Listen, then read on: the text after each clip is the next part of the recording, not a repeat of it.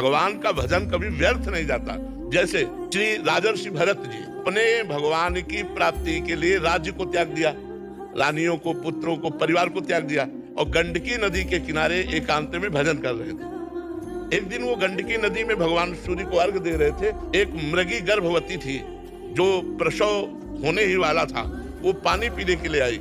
इतने में पीछे से सिंह ने दहाड़ की, अब वो भयभीत होकर के छलांग मार दी गंडकी नदी में, तो वो बच्चा योनि से धारा में गिर गया और वो गिरी और मर गई।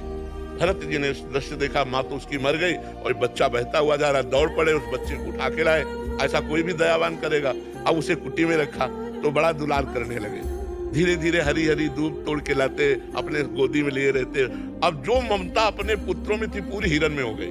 इतनी जोर की ममता हो गई कि भगवान का भजन छूट गया और मरने का समय आया तो अंतिम समय हिरण का ही चिंतन किया, अगला जन्म हिरण का बना। इतना भजन किया हिरण के शरीर में कि तीसरा जन्म ब्रह्म बोध संपन्न जड़ भरत जी के रूप में हुआ। तो भजन कभी व्यर्थ नहीं जाता। हिरण बने तो गंडकी नदी में ही खड़े होकर के रात दिन भजन करके भगवान का अगला जन्म उनका ब्रह्म बोध संपन्न जड़ भरत जी के रूप में हुआ। तो ऐसा नहीं कि भजन करने वाला कभी व्यर्थ हो जाएगा उसका जीवन।